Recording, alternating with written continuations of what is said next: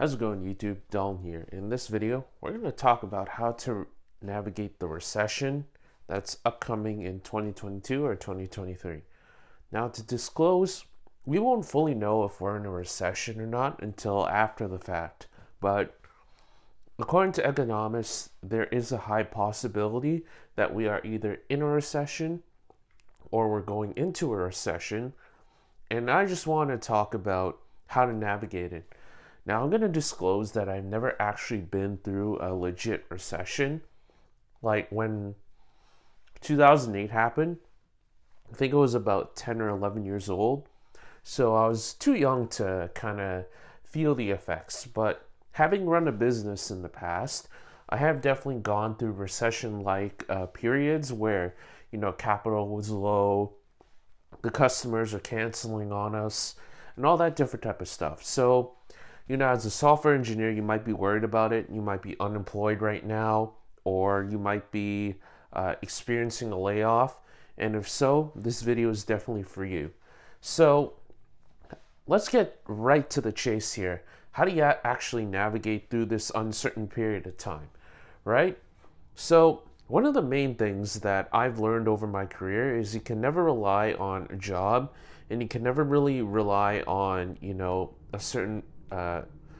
a certain like a paycheck coming in, because you never know what the market could how the market could go, right? So what you need to do is you need to do an in-depth analysis on, if you're working right now, what industry that you're in, and what is the landscape of that industry right now. So what do I mean by this? Let me give you an example and talk about COVID, right?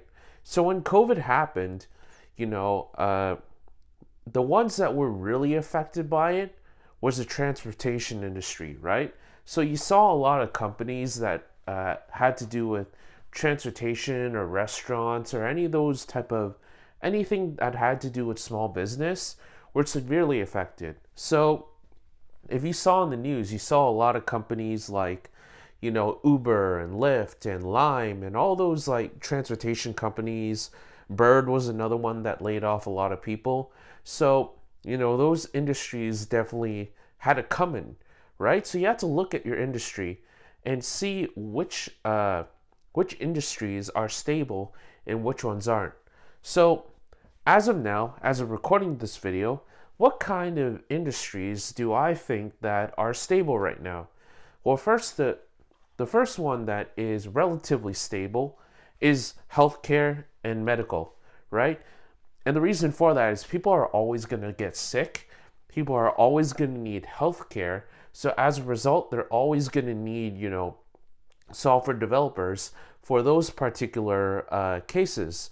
So if you're unemployed, if you're, laid off, I would really focus on catering your personal projects and catering your skills to the industries or the kind of needs that those markets are looking for. So what you need to do is you need to go on LinkedIn, you need to go on Indeed, you need to go on ZipRecruiter, you need to go on any of those job boards and see what technologies and what frameworks that these healthcare companies are looking for, right? And then you need to learn the skills that you need to navigate through that. The second thing is you need to take a look at, how your industry might be affected in the future, right? So this is definitely helpful if you're actually working, but if you're not, what you want to do is you want to take a look to see in your prediction what industries would you like to work on that serves an active need. That's the most important thing in society, regardless of the landscape. Those are the companies that you can probably rely on, right? So what do I mean by this, right? So what you want to do is you want to take a look to see what companies have the most ownership in their products from a broad range of perspectives, right? So for example, if you look at the stock market right now, you see that even though there's been a kind of a dip, companies like Apple are relatively stable. Now, why is this? The reason for this is because Apple owns the products from end to end. So they have full control over their production process, their software, their hardware, all of it, right? They're not relying on any third party infrastructures or something like that, as opposed to something like Meta, where Meta's revenue comes primarily from advertising. And once iOS 14 hit, that's when Meta took a turn for the worst. And they still haven't been able to recover. So that's another thing that you want to look at is how many business models do you see that a certain company has, and if they own the production process from end to end, that's a good sign, right? So let's talk a little bit about job security and whatnot, because that's definitely something that's a big topic for a lot of people. They're worried about their job security.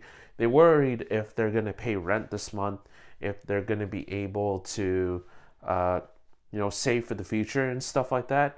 So I'm going to give you some practical advice that I'm implementing right now in order to survive this recession and prepare for it, because the best thing to do right now is prepare for it. You never know what's going to happen until you look back in the past and see that, damn, we did go through a recession during that time, right? So what you want to do right now is you really want to focus on building this. You go back to the previous points that I made, especially that first point of looking at the industries that the stable industries, and looking at the skills that they're looking for, and building those skills so that that you have kind of an out, right? And another thing is going to be, after you look at those skills, keep your expenses low, right? Keep your expenses low. Make sure you're not purchasing dumb shit, and then making sure that you're always keeping track of your finances, keeping 6 months, maybe even 12 months of an emergency fund, right? And those are the things that you want to do in order to kind of survive this recession, right? Now, that's for those who are unemployed or, recently laid off. But how about if you're already in a job, right? And you're kind of worried about that. So what you want to do is you really want to, obviously as an employee, you don't really have too much of input into the kind of financial decisions that, the CEO or the CTO or basically the C-suite leadership is making. So what you want to do is, if you're in an industry that you feel that is going to be heavily affected by the recession, I would start applying to jobs right now and trying to find your out, but still focus on building those skills. So let's say that in your current job that you're doing a lot of JavaScript, you're doing a lot of React Native.